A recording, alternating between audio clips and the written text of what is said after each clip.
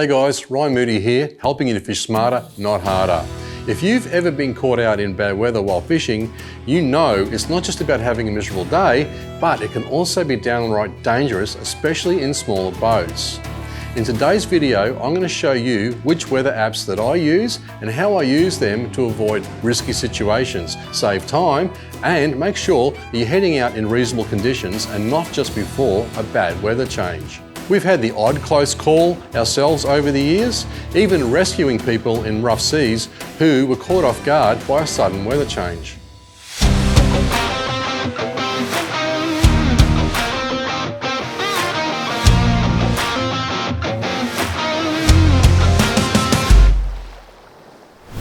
So before we dive in, I'm just going to give you a little overview.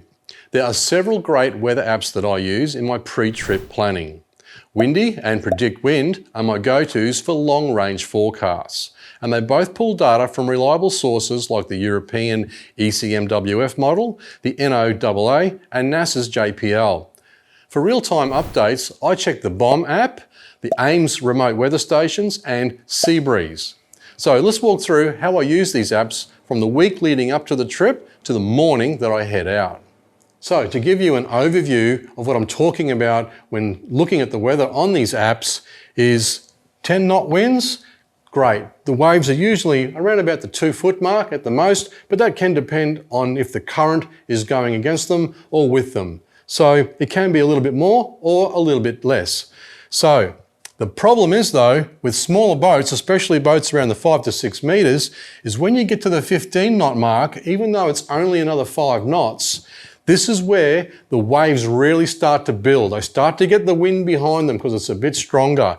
So while 10 knots might only be 2 feet high, 15 knots can sometimes be 5 or even 6 feet high if you've got a run out tide going against it. And that's when it becomes really uncomfortable for boats around the 5 to 6 meter mark.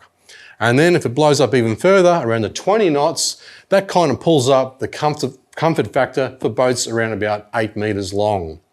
So even if it's 25 knots and it comes up to 25 knots and you're out there in an 8 meter boat, well, generally, as long as you drive the boat correctly, you're still going to get yourself home safe. It's just not going to be comfortable. And then when you're getting up around that 30 knot mark, even in a boat that's 10, 12 meters long or more, it's still very uncomfortable and still not worth going. So anyway, that's just a bit of an overview, and I hope that helps you understand, wave heights in relation to the wind speed. So first up, for longer range forecasts, for example, if it's a Monday and you're planning a trip with your mates on the weekend, you're 5 or 6 days out. And these things will generally give you up to about 10 days of a long range forecast. Now I do find that the closer you get towards the end of that long range, sometimes that's not quite correct. Occasionally it is, but generally up to about 4 or 5 days out, these things are pretty accurate. So I'm going to show you now on the Predict Wind app. I use that as well as Windy. So here I am at Bluewater. So I'm going to go into Maps, and then we have the North Queensland coastline.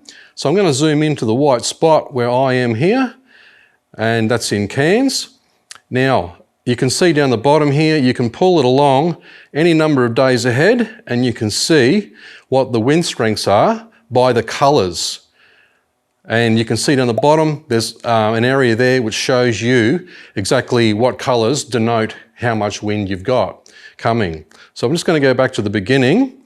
And at the moment, you can see we've got around about 12 knots in that green, straight out off us. But tomorrow, we start getting a bit of a weather change. You can see the yellows and the reds really starting to creep in. So that means we've got 15 to 20 knots coming. So obviously tomorrow's not going to be a good day to go out anyway. But if the weekend, but the time the weekend comes, it could be totally different. So let's just scan ahead and see what's happening on the weekend. Okay, it's just starting to back off a little bit. You can see a little bit more of the green and the blue starting to creep in. And then by a couple of days after that, it blows back up again. So we've only got a small change coming next Sunday, and then it's going to sort of creep back up to 15 to 20s again. So these are pretty accurate, like I said, especially to about 5 days out. So your arrows are showing you the wind direction, and the colours are denoting the actual intensity of how much wind you've got. So that's what I look at for a week ahead kind of thing. So on the night before and on the morning of my trip, I'm going to go to the remote weather stations and have a look. And that includes the Ames remote weather stations, which gives you some really good offshore readings. And also Seabreeze has a number of other different stations that you can get data off as well. Shows you the live readings at the time. So first up, we have the Ames remote weather stations here. I would go a little bit further south and look at some of the other ones like Hardy Reef, which is off Mackay. I'll just go down to there. And you can see there, it's 19 knots at Hardy Reef, so it's blowing a little bit harder further south. So that means the changes really come through down there. So that means I could probably expect 20 knots here tomorrow, 19, 20 knots. Right, I'm just gonna jump over to the whiteboard for a minute and just show you what I mean and break it down a little bit further when it comes to looking at the stations further south of you, which in this case is where our wind's gonna come from. So here I am up here, I'm in Cairns, and there's Brisbane, and there's our map of Queensland. It's not much of a map, but I think you get the idea. So if we're going fishing up here, and on that morning or the day before, if I can see on the offshore weather stations, say there's a station here that might be 200 kilometres south, and there's another station offshore that might be another 100 kilometres south of it, and so on. So just got to work out the distance between the two. And okay, if the weather change came through here at say 5 a.m. and 100 kilometres away, it reached at 6 a.m. and another 100 kilometres or so at 7 a.m. and I'm still another 200 kilometres north of there, then I will know around about 9 in the morning, we're going to get the change up here in Cairns. So that's how we kind of work it out. It will take a little while to get your head around it, but that's what you're better off doing. But don't check the stations on the coastline when it comes to a wind direction blowing along the coast, because against the coastline you can have, depends where the weather station is, it can be blocked by ranges, a hill, or anything for that matter. Or some of them are even on buildings at airports. So one important note is that's what works for us here, but if you're somewhere like Sydney, down in New South Wales, and you know that you've got a south or southeasterly coming up the coast with a high pressure system coming across, or it could even be a little bit easterly, you know that that's the direction that you have to look. And after a while, you'll get to know your weather conditions in your local area. So if the weather change is coming towards the south, they're the stations you want to look at, because there's no point looking to the north because that's not the way the weather's coming from.